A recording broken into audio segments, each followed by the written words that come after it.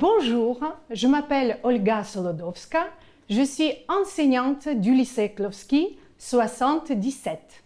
Bonjour, je m'appelle Olesya Smirnova. Je suis professeure de français au lycée numéro 109 Taras Shevchenko. Le français, c'est pratique, c'est utile, c'est facile. On l'apprend avec plaisir. Bonjour à toutes et à tous.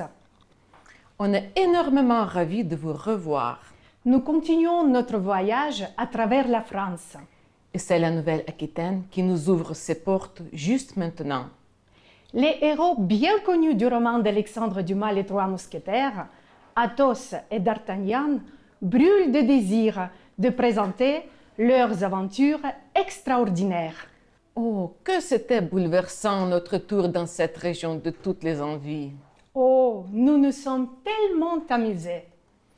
La Nouvelle-Aquitaine, c'est la terre des délices culinaires et d'un grand charme. De même, c'est une source inépuisable des divertissements, des attractions et des loisirs.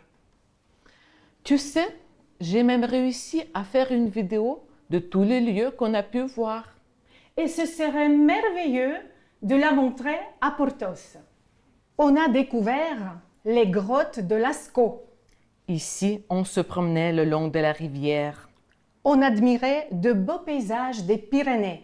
Et là, j'ai pris beaucoup de photos des belles façades de ces maisonnettes. On a ramassé de gros champignons dans la forêt des Landes.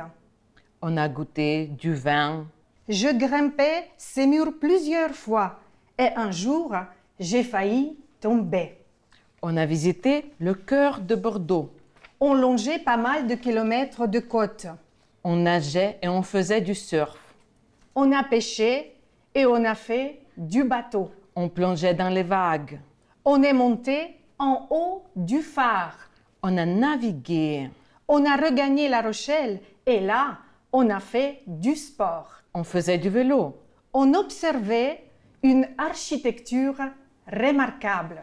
En effet, c'était captivant et enrichissant. À Poitiers, on a séjourné pendant 2 jours. Et enfin, on s'est tellement distrait au Futuroscope. On était charmés des vignobles de Cognac. On a assisté au festival des bandes dessinées à Angoulême. On savourait des huîtres à l'île d'Oléron à chaque repas. On faisait de l'escalade au Fort Boyard. On a peint les vallées. On s'est régalé des plats locaux à Collonges-la-Rouge. On faisait de la randonnée et on a même aperçu un loup. On a fait du parapente. On faisait du shopping. Une fois, on a fait de la croisière. On faisait de l'équitation en galopant d'un château à un autre. On a contemplé les artisans tisser. Les tours et les chambres de cette région nous ont beaucoup plu. La beauté de la Nouvelle-Aquitaine nous a fascinés. Nous fascine encore et fascinera toujours. Dis, tu as fait une vidéo vraiment magnifique pour Porthos. Et Aramis, tu l'as oublié? Mais non, jamais. Mais puisqu'il est un grand imaginatif, il aime lire et adore la correspondance, je me suis dit que ce serait sympa de lui écrire une lettre. Mais j'ai un petit souci. Lequel? Comme il pleuvait, une partie de ma lettre est devenue illisible. Ne t'inquiète pas, on va demander à nos amis de nous aider à restaurer ton message. Alors, chers amateurs de français, ce ne sera pas difficile. Il suffit de remplir les lacunes en se servant des indices ci-dessous. Soyez attentifs au passé composé et à l'imparfait.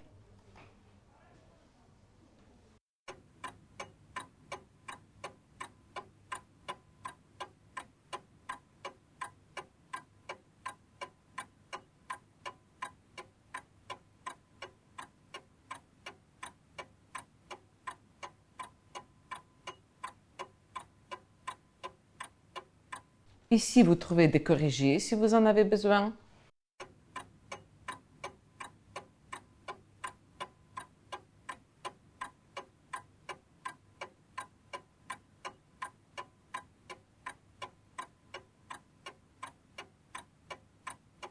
Parfait.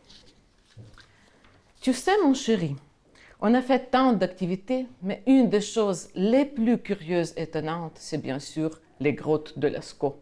Oui, l'histoire de leur découverte est si simple qu'on vous propose de l'imaginer et de la rédiger vous-même en vous appuyant sur les images ci-dessous.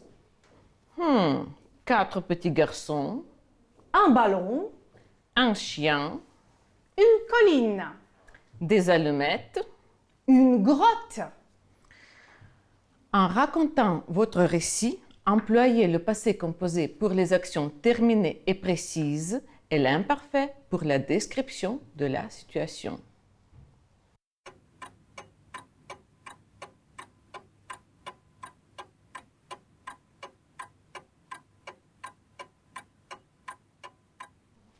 Et voilà notre version à nous. Comparez-les. 4 petits garçons sont allés jouer au ballon. Il faisait beau. Ils jouaient sur une colline près de leur village. Un de ces garçons avait un chien. Soudain, le chien a disparu. On l'appelait plusieurs fois et enfin, on l'a entendu aboyer. Son aboiement semblait venir de la terre. Les garçons le cherchaient partout. Et puis, par hasard, ils ont trouvé une grotte. Elle était grande et noire. Ils avaient peur d'y entrer, mais ils voulaient sauver le chien. Alors, ils ont décidé de descendre pour sortir l'animal perdu. Ils ont frotté des allumettes pour éclairer le passage. Et comme ils étaient étonnés de voir au mur des dessins des animaux. Les images étaient simples, primitives, mais c'était une extraordinaire peinture préhistorique, existant depuis des milliers d'années. Et ces 4 garçons ont été les premiers à les voir. Vous avez fait un excellent travail. Est-ce que vous avez une idée sur le déroulement de cette histoire? À votre avis, qu'est-ce que les enfants ont fait après? Est-ce qu'ils en ont parlé à leurs parents, aux autorités du village, à leurs professeurs? Ont-ils écrit à la rédaction d'un journal? Vous y avez déjà pensé? Dans ce cas-là, on vous propose de regarder une petite vidéo sur ce site mondialement connu. À quoi ça sert? Ça veut dire quoi ça? Pourquoi c'est comme ça? C'est où? C'est qui lui? Un jour, une question. Comment a été découverte la grotte de Lascaux? La grotte de Lascaux a été découverte par 4 ados dans les bois, près de Montignac, un village de Dordogne. C'est en cherchant le souterrain conduisant, selon la légende, au coffre-fort des comtes du Périgord qu'ils découvrent la grotte à la fin de l'été 1940. Une caverne décorée par les hommes de Cro-Magnon, 18 000 ans plus tôt. Ça, c'est du trésor. Mais comment ça s'est passé? Lors d'une balade dans les bois, le chien de Marcel, le plus âgé, tombe dans un trou. En le secourant, Marcel aperçoit un autre trou plus profond. Serait-ce l'entrée du coffre-fort? Tout excité, il revient sur les lieux avec ses copains. Ils agrandissent le trou et atteignent la grotte. Là, à la lueur de leurs lampes, ils découvrent des peintures d'animaux. Ils comprennent tout de suite de quoi il s'agit. À l'école, ils ont parlé d'autres grottes découvertes dans la région. Conscients qu'ils ont déniché un trésor, les garçons informent leur ancien instituteur, Léon Laval, qui visite à son tour la grotte, stupéfait. L'instituteur avertit aussitôt l'abbé, Henri Breuil, un spécialiste de la préhistoire qui vient authentifier les peintures. La nouvelle se répand, les visiteurs affluent par milliers pour contempler les peintures préhistoriques. Aujourd'hui, la grotte est fermée pour la préserver. Heureusement, le public peut visiter une réplique plus vraie que nature. Tu te poses des questions? Nous, on y répond. On espère bien que vous avez apprécié ces quelques minutes informatives et que vous avez saisi l'idée principale. Et maintenant, c'est le tour de présenter le Futuroscope, l'endroit dont il est impossible de ne pas partager des impressions. Le lieu des aventures extraordinaires, du monde futuriste, des attractions spectaculaires et du voyage fantastique auquel nous vous invitons tout de suite. Et c'est vous qui allez créer vous-même ce voyage dans le temps. À partir les noms et les dates apparues, formulez les phrases qui vont raconter l'histoire du futuroscope.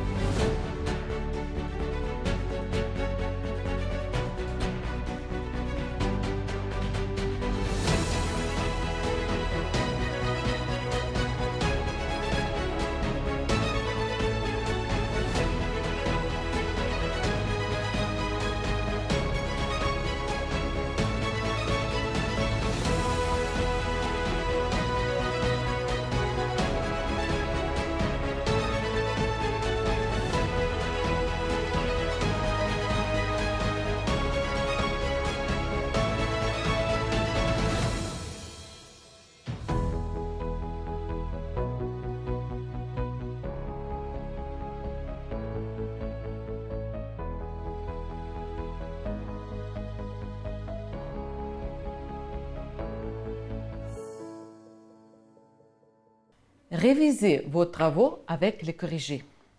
En 1984, on a posé la première pierre du futuroscope. En 1987, on a ouvert ce parc pour les touristes. Ray Charles y a donné son concert. En 1990, on a construit la Girotour de 45 mètres de haut. Les cyclistes du Tour de France y ont commencé leur compétition. En 1994, on a lancé une des meilleures distractions du parc, la Vienne dynamique. Le premier spectacle nocturne a eu lieu en 1997. Cette année-là, on a fêté la première décennie du futuroscope. À l'an 2000, le TGV a commencé à lier le futuroscope avec d'autres villes de la France. Bill Gates a visité ce parc d'attractions. En 2004, on a débuté la projection d'un superbe film, Voyageurs du ciel et de la mer. En 2005, la nouvelle attraction Les yeux fermés a apparu. Le parc a accueilli les coureurs du marathon Poitiers Futuroscope. Puis, on y a passé les élections de Miss France. En 2006, la fameuse distraction Danse avec les robots a ouvert ses portes. En 2007, le futuroscope a célébré ses 20 ans. Luc Besson a créé Arthur, l'aventure 4D, qui a été élue la meilleure attraction au monde. Cette année-là, l'aérobare a décollé. En 2014, les lapins crétins ont débarqué dans le futuroscope. Le Cirque du Soleil y est arrivé avec son programme. Plus de 2 millions de spectateurs sont venus se distraire dans ce lieu futuriste. Chers amis, merci de vos efforts et de votre créativité. Merci d'avoir partagé avec nous ces moments distrayants et inventifs. Et n'oubliez pas que le français, c'est facile, c'est utile. Et on l'apprend pour le plaisir et avec plaisir. À la prochaine!